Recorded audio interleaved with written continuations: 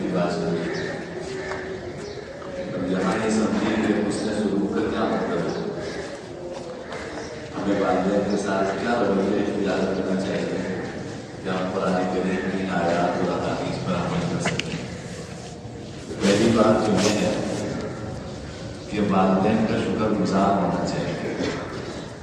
لیکن جس طرح اللہ تعالیٰ کی ہم پر بے شمار نعمتیں ہیں تو ہم دل سے اللہ رب العزت کے شکر گزار رہتے ہیں کہ اللہ کے اتنے احسانات ہیں ہمارے اوپر. اسی طرح اللہ کے بعد سب سے زیادہ احسانات اللہ اور اس کے رسول کے بعد سب سے زیادہ احسانات والدین ہیں. لہٰذا قرآن کریم میں کہا کہ انشکر لی ولی والدیک. اللہ تعالیٰ نے فرمایا کہ میرے بھی شکر گزار رہو اور اپنے والدین کے بھی شکر گزار رہو. یہ اللہ کا حکم ہے. تو ہمیں اپنے والدین کا شکر گزار ہونا چاہیے. یعنی ہمارے دل میں یہ جذبات ہونے چاہیے کہ والدین کے میرے اوپر بڑے احسانات ہیں. دوسرے نمبر پہ حسن سلوک میں یہ داخل ہے کہ والدین کا کہنا مانیں.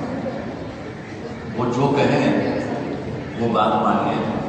ہاں ٹھیک ہے، اللہ رب العزت کے حکم کی خلاف ورزی میں ان کی بات نہیں مانی جائے گی، لیکن اس کے علاوہ کسی بھی چیز کا وہ حکم دیں تو وہ بات ماننی ضروری ہے. نہیں مانیں گے تو گناہ گار ہوگا.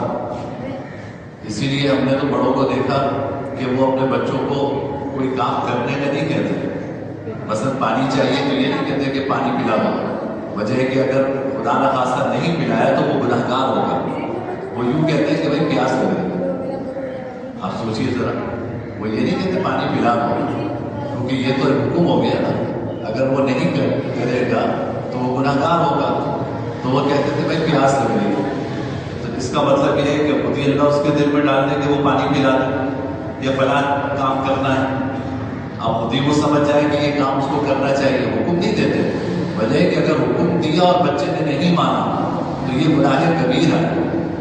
یہاں تک کہ حدیث میں آتا ہے کہ اگر آپ نماز پڑھ رہے ہیں، نفل نماز پڑھ رہے ہیں، اور والدین میں سے کوئی آپ کو آواز دیتا ہے